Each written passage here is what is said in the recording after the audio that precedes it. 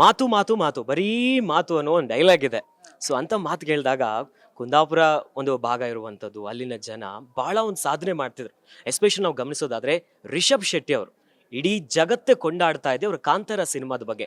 Kantara cinema ಅಂದ್ರೆ cinema ಇದೆ, ಅದರ ಜೊತೆಯಲ್ಲಿ ಕರಾವಳಿಯ ಅಸ್ಮಿತೆ, ಅಲ್ಲಿನ ಧಾರ್ಮಿಕ ಆಚರಣೆಗಳನ್ನ ಎಲ್ಲವನ್ನ ಹೊತ್ತು ತಂದಿದ್ರು. ಆದ್ರೆ ಕಾಂತಾರದ ಬಗ್ಗೆ ಸಾಕಷ್ಟು ಕಾಂಟ್ರವರ್ಸಿ ಇತ್ತು. ಅಂದ್ರೆ ದೈವ ದೇವರ ಬಗ್ಗೆ ಅಲ್ಲಿ ಸಿನಿಮಾದಲ್ಲಿ ತೋರಿಸಿರು, ಅಂದ್ರೆ ಕೋಲದ ಬಗ್ಗೆ ಅಲ್ಲಿ ತೋರಿಸಿದ್ದಾರೆ. ಬಟ್ ಈಗ ಅದ್ರ ಬಗ್ಗೆ ಜನ ಅದ ಡೈಲಾಗ್ಗಳನ್ನ ಹೇಳೋದು, ಓ ಅಂತ ಕೂಗೋದು ಒಂದು ವಿಚಾರ ಬಂದ್ರೆ ಆವೇಶ ಬಂದಂಗೆ ಮಾಡೋದು, ಇದರಿಂದ ಕಾಂತಾರ ಸಿನಿಮಾ ಬರಬಾರದು, ಸರಿ ಇಲ್ಲ, ಅವಮಾನ ಆಗ್ತಿದೆ, ನಮ್ಮ ಧಾರ್ಮಿಕ ಭಾವನೆಗೆ ಧಕ್ಕೆ ಆಗ್ತಿದೆ ಅನ್ನೋ ಮಾತಿದೆ. ಅದ್ರ ಬಗ್ಗೆ ಏನ್ ಹೇಳ್ತೀರಾ ಕಾಂತಾರ ಸಿನಿಮಾದ ಬಗ್ಗೆ, ರಿಷಬ್ ಶೆಟ್ಟಿ ಅವ್ರ ಬಗ್ಗೆ?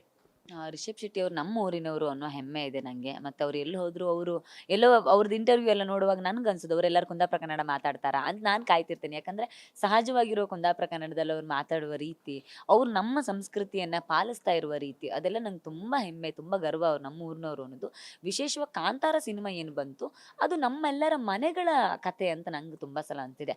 ನಮ್ಮ ಮನೆಗಳಲ್ಲಿ ದೈವ ಎಲ್ಲ ಎಷ್ಟೊಂದು ಸಲ ಪವಾಡ ಮಾಡಿದೆ. ಕರಾವಳಿಗರಿಗೆ ಆ ಕಾಂತಾರ ಸಿನಿಮಾದ ಒಂದು ಕತೆ ಏನೋ ಇದೆ, ಅದು ನಿತ್ಯ ನಮ್ಮ ಬದುಕಿನಲ್ಲಿ ನಡೀತಾ ಇರುವ ಕತೆ ಅಂತ ಅನ್ಸುತ್ತೆ. ನಾವೆಲ್ಲೋ ದೈವ ಗೆಂಡಕ್ ಸೇವೆಗೆ ಹೋಗೋದು, ಇನ್ನೆಲ್ಲೋ ದೈವ ಕೋಲ ಕಟ್ಟೋದು, ನೇಮ ಕೊಡೋದು, ಈ ಎಲ್ಲ ಇದು ಕಾಂತಾರದ ತರದ ಕತೆ ನಮ್ಮ ಪ್ರತಿ ಕರಾವಳಿಗರ ಜೀವನದಲ್ಲಿ ಪ್ರತಿನಿತ್ಯ ನಡೀತಾ ಇದೆ ಅನ್ನೋ ತರದ ಪವಾಡದ ಕತೆಗಳು.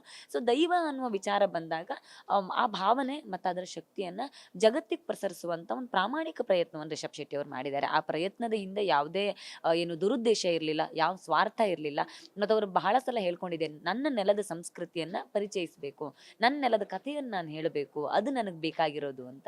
ಸೊ ಅದವ್ರ ಅನುಭವದ ಕತೆ. ಹಾಗಾಗಿ ಅದರಲ್ಲೆಲ್ಲೋ ನನಗೆ ತಪ್ಪು ಅಂತ ನನಗೆ ಯಾವತ್ತೂ ಕಾಣಿಸಿಲ್ಲ.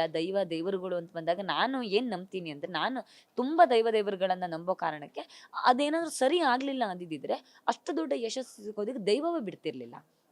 ಅಷ್ಟು ದೊಡ್ಡ ಯಶಸ್ಸು ಸಿಕ್ಕಿದೆ ಅಂದ್ರೆ ದೈವ ಕೊಟ್ಟ ಭಿಕ್ಷೆ, ದೈವ ಕೊಟ್ಟ ಆಶೀರ್ವಾದ.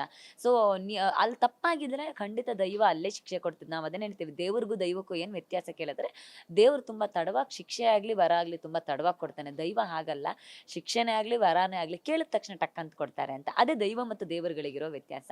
ಹಾಗೇನಾದ್ರೂ ಕಾಂತಾರ ಸಿನಿಮಾದಲ್ಲಿ ಏನಾದರೂ ತಪ್ಪಾಗಿದ್ದಿದ್ರೆ ದೈವ ಖಂಡಿತ ಬಿಡ್ತಿರ್ಲಿಲ್ಲ ಅನ್ನೋದೊಂದು ಭರವಸೆ. ಹಾಗಾಗಿ ದೈವದ ಅನುಮತಿಗಿಂತ ದೊಡ್ಡದಾಗಿ ತಪ್ಪು ಅಂತ ಅಳಿಯುವಷ್ಟು ಅರ್ಹತೆ ಆಗಲಿ ಶಕ್ತಿ ಆಗಲಿ ನನಗೆ ಖಂಡಿತವಾಗ್ಲೂ ಇಲ್ಲ.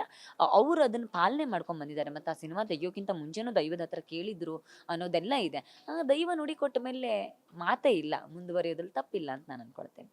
ಸದ್ಯ ಸಿನಿಮಾ ಬಹಳ ಹಿಟ್ ಆಗ್ತಾ ಇದೆ, ಅಂದ್ರೆ ಒಳ್ಳೆ ಮೆಸೇಜ್ ಅನ್ನ ಕೊಟ್ಟಿದ್ರು. ಅಂದ್ರೆ ಈ ನೆಲದ ಸಂಸ್ಕೃತಿ ಕರಾವಳಿಗೆ ಮಾತ್ರ ಸೀಮಿತ ಅಲ್ಲ, ಈ ನೆಲದ ಸಂಸ್ಕೃತಿಯನ್ನ ಎಲ್ಲರಿಗೂ ತೋರಿಸುವಂತ ಕೆಲಸ ಮಾಡಿದ್ರು. ಜೊತೆಯಲ್ಲಿ ಆ ದೈವ ದೇವರದ ಬಗ್ಗೆ, ಆ ವೇಷದ ಬಗ್ಗೆ ಸಾಕಷ್ಟು ಅಪಪ್ರಚಾರಗಳಾಗೋದು, ರಸ್ತೆಯಲ್ಲಿ ಯಾವುದೋ ಒಂದು ವೇಷ ತರ ಅದನ್ನ ಹಾಕೊಂಡು ಹೋಗೋದು, ಅಂತವರಿಗೆ ಚೈತ್ರ ಕುಂದಾಪುರ, ಯಾಕಂದ್ರೆ ಫೈರ್ ಬ್ರ್ಯಾಂಡ್ ಆಧ್ಯಾತ್ಮವನ್ನ ಯಾವಾಗ್ಲೂ ಕೂಡ ಎತ್ತಿ ಹಿಡಿತೀರಾ. ಸೊ ನೀವು ಅಂತವ್ರಿಗೆ ಏನ್ ಮೆಸೇಜ್ ಹೇಳ್ತೀರಾ? ನಾನು ಯಾವಾಗಲೂ ಅದನ್ನು, ಇದು ಸಿನಿಮಾ ಬರೋಕ್ಕಿಂತ ಮುಂಚೆ ಕೂಡ ನಾನು ಇದನ್ನು ಮಾತಾಡಿದ್ದೇನೆ. ಅಂದರೆ ಬಹಳ ಸಂದರ್ಭಗಳಲ್ಲಿ ದೈವಗಳು ಮತ್ತು ದೇವರುಗಳು ಅನ್ನೋ ಒಂದು ಪಾವಿತ್ರ್ಯತೆ ಏನಿದೆ ಅದನ್ನು ನೀವು ಯಾವಾಗ ಗಂಭೀರವಾಗಿ ತಗೊಳ್ತೀರಿ ಆಗ ಮಾತ್ರ ನೀವು ಅದನ್ನು ಪಾಲಿಸೋದ್ರಲ್ಲಿ ಅದ್ರ ಜೊತೆಗೆ ನಡ್ಕೊಳ್ಳೋ ರೀತಿಗಳಲ್ಲಿ ನಿಮಗೆ ವ್ಯತ್ಯಾಸ ಗೊತ್ತಾಗುತ್ತೆ. ಗಂಭೀರವಾಗಿ ತಗೊಳ್ಳಿ, ಮನಸ್ಸಿನಲ್ಲಿ ಯಾವಾಗ ಭಕ್ತಿ ಇರುತ್ತೆ ಆಗ ಖಂಡಿತವಾಗ್ಲೂ ನೀವು ಆ ಥರದ ವರ್ತನೆಗಳನ್ನು ಮಾಡೋದಕ್ಕೆ ಸಾಧ್ಯ ಇಲ್ಲ ಅಂತ. ಆಟದ ವಸ್ತುವಾಗಿ ತಗೊಳ್ಬೇಡಿ ದೈವ ಮತ್ತು ದೇವರುಗಳನ್ನು, ಅಥವಾ ತಮಾಷೆಯ ವಸ್ತುವಾಗಿ ತಗೊಳ್ಬೇಡಿ. ನಾವು ಎಷ್ಟು ಗಂಭೀರ ಅದನ್ನ ನಡ್ಕೊಳ್ತೇವೆ, ಆ ಆಚರಣೆಗಳಿಗೆ ನಾವು ಗಂಭೀರವಾಗಿ ಅದ್ರ ಜೊತೆ ವರ್ತಿಸ್ತೇವೆ, ಅಷ್ಟು ನಮ್ಮ ಮುಂದಿನ ಪೀಳಿಗೆ ಅದನ್ನ ಹಾಗೆ ತಗೊಂಡೋಗುತ್ತೆ. ನಾವೀಗ ಅದನ್ನ ತುಂಬಾ ತಮಾಷೆಯಾಗಿ, ತುಂಬಾ ಸಹಜವಾಗಿ, ಏನೋ ಒಂದು ದೈವದಿಂದ ಆಚೆಗೆ, ನಂಬಿಕೆ ಆ ಪಾವಿತ್ರ್ಯತೆಗಳಿಂದ ಆಚೆಗೆ ನಾವು ಅದ್ರ ಜೊತೆಗೆ ನಡ್ಕೊಳ್ತಾ ಹೋದಾಗೆ ಅದರ ಸೀರಿಯಸ್ನೆಸ್ ಕಡಿಮೆ ಆಗುತ್ತೆ. ಮುಂದಿನ ಪೀಳಿಗೆ, ಮುಂದಿನ ತಲೆಮಾರು ಅದನ್ನು ಸೀರಿಯಸ್ ಆಗಿ ತಗೊಳ್ಳೋದು ಕಡಿಮೆ ಆಗುತ್ತೆ. ಆಗ ನಮಗೆಲ್ಲೋ ಹೊಡ್ತಾ ಬೀಳುತ್ತೆ ಅಂತ ಅನ್ಸುತ್ತೆ. ಹಾಗಾಗಿ ನಮ್ಮ ಜವಾಬ್ದಾರಿ ಅದು, ಅಷ್ಟೇ ಜವಾಬ್ದಾರಿ ನಾವು ನಡ್ಕೊಳ್ಬೇಕು ಅಂತ ಕೇಳ್ತೇನೆ ನಾನು. ಗ್ಯಾರಂಟಿ ನ್ಯೂಸ್, ಸುದ್ದಿ ಖಚಿತ, ನ್ಯಾಯ ನಿಶ್ಚಿತ.